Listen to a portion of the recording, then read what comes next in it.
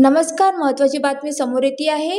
भारतीय बौद्ध महासभा सदर परिषदेला मार्गदर्शन करण्याकरिता माननीय डॉक्टर राजरत्नजी आंबेडकर भारतीय बौद्ध महासभा राष्ट्रीय अध्यक्ष व भंते विनाचार्य हे संबोधित करणार आहेत। 25 नोव्हेंबर 2025 रोजी माननीय डॉक्टर राजरत्नजी आंबेडकर हे बौद्धाच्या आर्थिक उन्नतीचे पहिले पाऊल व बौद्ध धर्माचा प्रचार तसेच बौद्धावर होत असलेल्या अन्याय अत्याचाराबाबत सखोल मार्गदर्शन करणार आहेत। 24 नोव्हेंबर 2025 रोजी भंते विनाचार्य हे बिहारमधील बौद्ध विहार मुक्ती आंदोलनाचा लढा अधिक तीव्र करून भटाच्या ताब्यात असलेले बौद्ध विहारे मुक्त करण्याच्या दृष्टीने दिनांक 12 फेब्रुवारी 2024 रोजी दिल्ली येथे होणाऱ्या आंदोलनाची रूपरेषा ठरवून या संदर्भात मार्गदर्शन करतील। तसेच 2 दिवसीय धम्म परिषदेला उपस्थित असणाऱ्या बौद्ध उपासक व उपासिका यांना भोजनदानाचा कार्यक्रम सुद्धा आयोजित करण्यात आला आहे। तसेच गायनाच्या माध्यमातून समाज प्रबोधन करण्याचा कार्यक्रम सुद्धा आयोजित करण्यात आलेला आहे। बौद्ध महासभा अमरावती तर्फे सर्व नागरिकांना सदरचे परिषदेला हजर राहण्याचे आवाहन बौद्ध महासभा अमरावती हे करीत आहे। Vidarbha city news Amravati.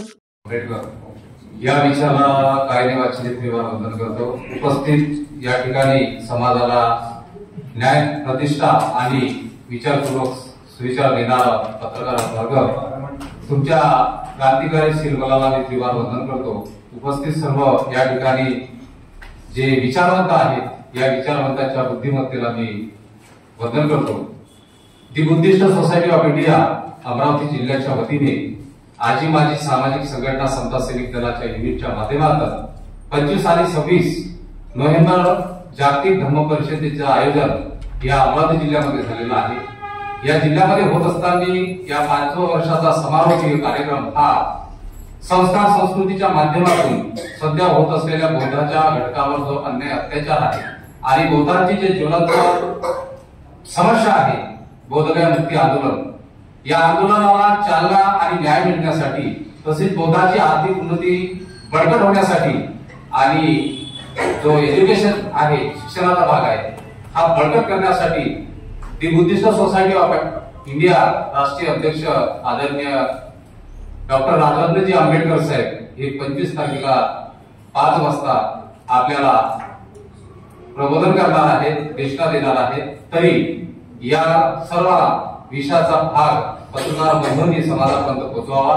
आमच्या सुद्धा माध्यमातून या ठिकाणी आम्ही पोहोचवण्याचा प्रयत्न करत आहे। माननीय सुरेशजी ताडे आणि पूर्ण टीम या ठिकाणी अहोरात्र रात्रंदिवस कार्यक्रमाला अग्रेसर आहे। खेड्यापाड्याच्या प्रत्येक घटकापर्यंत आपला मेसेज पोहोचलेला आहे आणि उर्वरित 4 दिवसापर्यंत आपल्याला मोठ्या लाखोच्या जनसमुदायामध्ये हा प्रोग्राम या ठिकाणी धम्म परिषदेचा करणे आहे। म्हणून सर्वांना मी विनंती करतो की ज्याच्या त्याच्या परीने या धम्म परिषदेला सहकार्य करून मोठा करावा एवढीच विनंती करतो। सर्वांना जय हिंद।